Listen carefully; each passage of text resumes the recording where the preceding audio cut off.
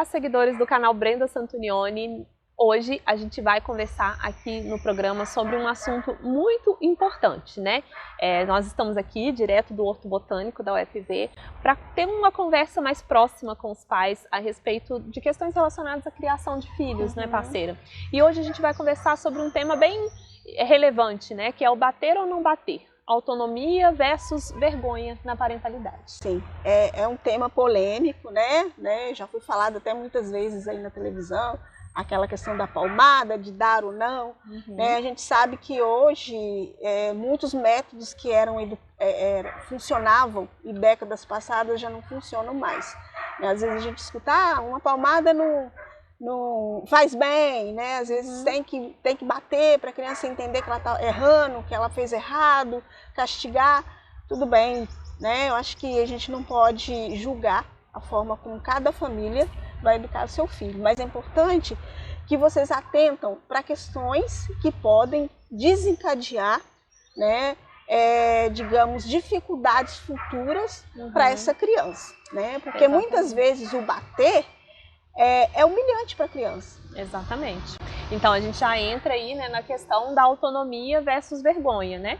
O que você quer desenvolver no seu filho? Uma autonomia, né? Um senso de que ele é capaz de fazer as coisas, de que ele consegue fazer escolhas independentes, de que ele pode resolver os seus problemas? Ou você quer criar nele aquele senso de vergonha, né? Que é quando ele sente que ele é continuamente criticado, desencorajado nas escolhas que faz, né?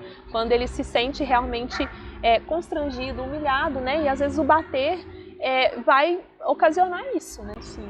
E a gente precisa olhar para isso com muito cuidado e pensar muito, refletir muito sobre isso, né? Porque a criança que ela é humilhada, ela é criticada, ela é desencorajada, como é que ela vai desenvolver esse senso de autonomia? Como é que ela vai confiar em si mesma, né?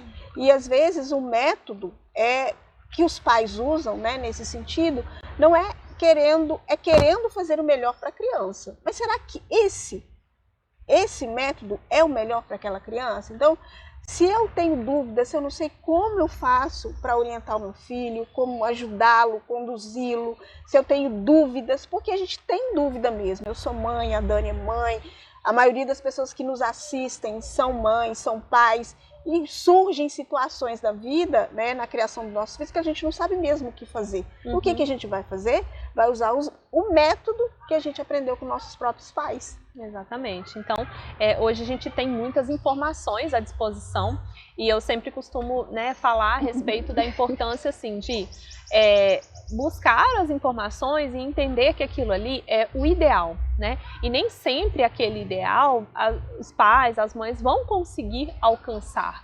Mas a partir do momento em que você se informa, você adquire responsabilidade sobre aquilo que você faz, né? Ao invés de você sentir culpa por ter, às vezes, se excedido com a criança, você vai se sentir responsável, você vai entender, não, eu extrapolei porque eu me descontrolei emocionalmente, então agora eu preciso repensar e numa situação semelhante lembrar como que eu devo agir, né? E pensando nisso, a gente tem algumas dicas, né? A gente já falou aqui muitas vezes a respeito dessa comunicação empática, ou seja, de ouvir, entender o que aquela atitude, qual que é a motivação daquela atitude do seu filho, para então corrigir. Então, assim, por exemplo, né?